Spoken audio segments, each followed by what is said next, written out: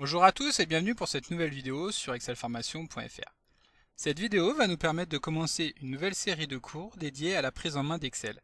Pour ce premier cours, nous allons découvrir l'interface d'Excel, puis nous allons voir comment saisir notre premier tableau avec des données et des formules et comment mettre en forme ce dernier.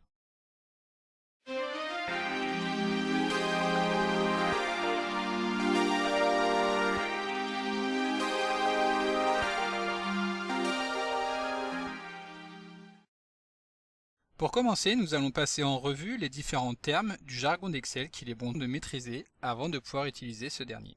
Donc lorsque l'on lance Excel pour la première fois, en double-cliquant sur l'icône du raccourci disponible sur le bureau ou dans la barre des tâches, Excel se lance avec un classeur vierge, c'est-à-dire une ou plusieurs feuilles, donc ici nous n'en avons qu'une, sans aucune donnée insérée à l'intérieur. Une feuille de calcul est constituée de nombreuses cellules dont le nombre dépendra de la version d'Excel. Chaque cellule est classée dans une colonne, identifié par une lettre donc, que nous retrouvons en haut, A, B, C, D, etc.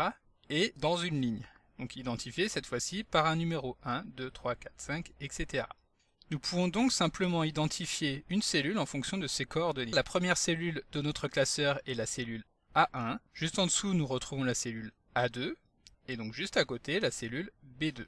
Dans la partie supérieure de la fenêtre d'Excel, nous retrouvons les différents menus. Depuis la version 2007 d'Excel, les menus sont organisés sous la forme d'un ruban, ce qui permet un accès plus simple aux différentes fonctionnalités. Le ruban est lui-même divisé en plusieurs menus, donc fichier, accueil, menu, insertion, mise en page, etc., dans lesquels nous retrouvons des groupes de boutons qui reprennent les différentes fonctionnalités.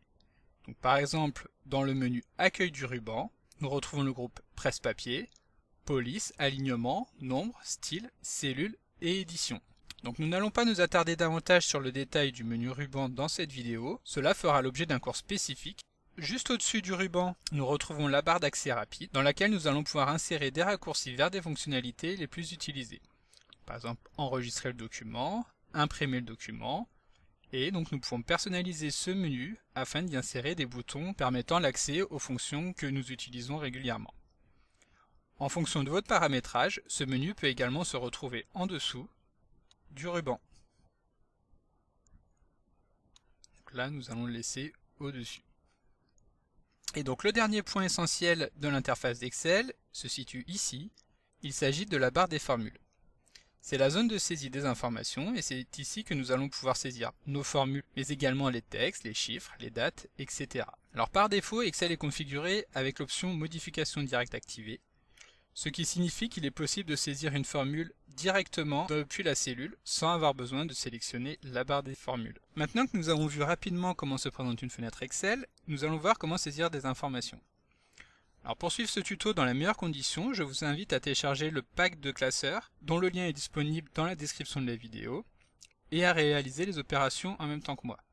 N'hésitez pas à mettre la vidéo en pause et à revisionner les passages au besoin. Vous pouvez également m'adresser vos questions dans les commentaires de la vidéo, je me ferai un plaisir d'y répondre. Pour commencer, nous allons sélectionner la première cellule de notre feuille de calcul, donc située sur la première ligne qui porte le numéro 1, et dans la première colonne qui porte donc la lettre A. Il s'agit donc de la cellule A1.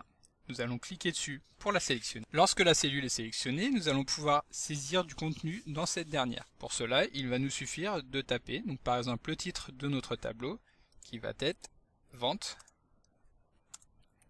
par région. Donc lorsque nous validons cette saisie en appuyant sur la touche entrée, Excel réalise deux opérations. Tout d'abord, Excel valide la saisie de la cellule. Donc si par exemple nous avions saisi une formule, Excel nous présenterait ici le résultat de cette formule. Et enfin, Excel va sélectionner la cellule située juste en dessous. Donc si par exemple nous avions voulu non pas sélectionner la cellule en dessous mais la cellule à droite, il faudrait valider la saisie en appuyant simplement sur la touche tabulation. Donc à présent nous allons revenir en dessous de notre cellule, donc sur la cellule A2, puis saisir les différentes régions en n'omettant pas de valider chacune d'entre elles en appuyant sur la touche entrée. Donc nord, sud, est et ouest. Puis nous allons saisir le montant des ventes par région exprimé en euros pour chacune de ces régions, donc en commençant par la cellule B2. Donc la région nord, les ventes s'élèvent à 540 000 euros.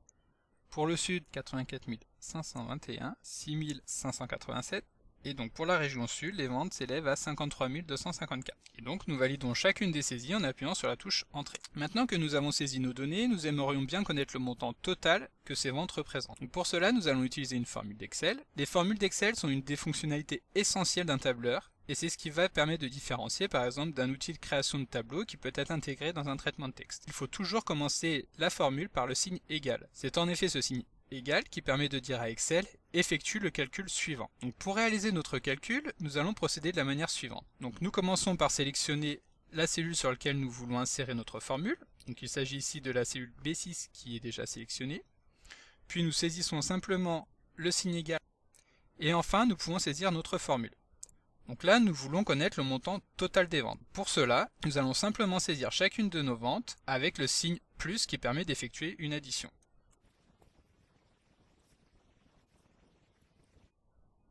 Et pour finir, nous validons la formule en appuyant sur la touche Entrée du clavier. Excel remplace donc automatiquement la formule par le résultat de cette dernière. Imaginons maintenant que les ventes réalisées dans la région Ouest soient non plus de 6 587, mais de 13 000 euros. Pour modifier la valeur d'une cellule, il suffit de cliquer sur cette dernière, puis de saisir le nouveau montant, donc 13 000 euros, et enfin de valider en appuyant sur la touche Entrée du clavier. Donc nous constatons que les ventes de la région Est ont bien été modifiées. En revanche, le montant des ventes totales est à présent erroné. En effet, nous avions inséré le montant total en saisissant les ventes de chaque région directement par leur valeur. Or, la puissance d'un tableur tel qu'Excel réside dans le fait qu'il est possible d'utiliser des références à d'autres cellules directement dans les formules. Donc nous allons ainsi modifier la formule de calcul total en utilisant les références de chaque région. Donc pour commencer, nous allons cliquer à nouveau sur cette cellule, saisir le symbole égal, puis nous cliquons sur la première cellule que nous souhaitons insérer dans notre formule. Donc il s'agit de la cellule B2 qui reprend les ventes de la région Nord. Nous saisissons le symbole plus, puis la seconde cellule, etc. jusqu'à avoir terminé notre formule. Nous constatons qu'Excel insère non plus la valeur de la cellule, comme nous l'avions fait juste au-dessus, mais la coordonnée de cette cellule. Lorsque la saisie de notre formule est terminée, nous la validons en appuyant simplement sur la touche Entrée du clavier. Le résultat des ventes totales est maintenant corrigé et correspond effectivement à l'ensemble des ventes de chacune de nos régions. Pour tester, nous pouvons à présent modifier les ventes réalisées dans la région Nord en mettant 25 000 euros de vente. Lorsque nous validons, Excel corrige automatiquement le total. Donc ce premier cours n'a pour objectif que de présenter rapidement le fonctionnement d'Excel. Nous reviendrons bien plus dans le détail sur l'étude des formules dans un prochain cours. Le tableau que nous venons de saisir contient à présent l'ensemble des informations que nous souhaitons présenter. En revanche, nous ne pouvons pas le diffuser sans un minimum de mise en forme. Pour commencer, nous allons mettre en forme le texte de notre titre. Donc pour cela, nous allons sélectionner la cellule contenant notre titre, puis dans le groupe Police du menu Accueil du ruban, nous allons cliquer sur le bouton gras pour mettre notre texte en gras. Nous allons également souligner notre texte en cliquant sur le bouton Souligner. À présent, nous souhaitons insérer des titres à nos colonnes de tableau. Pour cela, nous allons sélectionner la ligne située juste en dessous, puis effectuer un clic droit et choisir l'option Insérer. Nous répétons l'opération une seconde fois afin d'intercaler une deuxième ligne. Bouton droit, Insérer. À présent, nous pouvons saisir le titre de nos colonnes. Donc ici, nous allons saisir la région et dans la cellule située juste à droite, le montant des ventes. Donc les ventes annuelles exprimées en euros. Lorsque nous avons inséré nos nouvelles lignes, automatiquement Excel a reproduit la mise en forme de la ligne située juste au-dessus. Donc ici, en cellule A3, la mise en forme est la même que celle de la cellule A1. Donc nous pouvons retirer le gras et le soulignage afin d'avoir une cellule sans mise en forme. Ensuite, comme vous pouvez le constater, le contenu de la cellule B3 dépasse de la largeur de cette dernière. Donc pour élargir la taille de la colonne, nous allons placer le curseur entre l'entête de la colonne B et celui de la colonne C afin que ce dernier prenne la forme d'une flèche à double sens. Puis nous pouvons faire glisser le curseur pour diminuer la largeur ou pour l'augmenter. Il suffit ensuite de lâcher le bouton de la souris pour confirmer la largeur de la colonne. À présent, nous allons mettre un peu de couleur à notre tableau. Donc pour commencer, nous allons sélectionner les deux cellules contenant les titres de notre tableau, donc la cellule A3 et la cellule B3.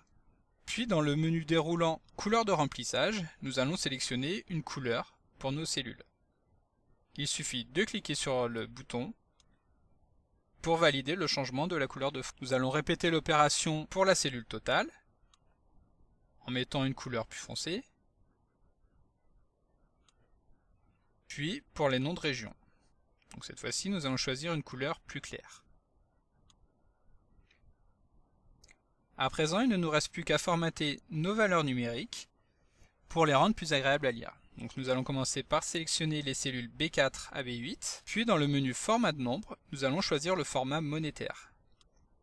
Excel a inséré un séparateur de milliers qui est donc l'espace, a ajouté des décimales à nos nombres, puis a inséré le symbole euro. Donc les centimes n'apportent rien à la lecture de nos données, nous allons vouloir les retirer. Donc pour cela, nous allons cliquer 2 fois sur le bouton Réduire les décimales. Nous arrivons maintenant à la fin de ce premier cours sur la présentation d'Excel. Dans les prochaines semaines, nous reviendrons dans le détail sur l'ensemble des points que nous n'avons fait que de survoler dans cette vidéo. Nous reviendrons ainsi sur l'interface d'Excel, sur la mise en place de formatage poussé, sur la création de formules poussées, etc. Pour ne rien rater des vidéos à venir, abonnez-vous à la chaîne excelformation.fr pour être informé de toutes les nouveautés. Si vous avez des questions sur le contenu de cette vidéo, n'hésitez pas à les laisser en commentaire. Vous trouverez le lien pour télécharger le fichier dans la description de la vidéo. Et pensez à la liker la vidéo si elle vous a été utile. Merci d'avoir suivi cette vidéo jusqu'au bout et à très bientôt sur excelformation.fr.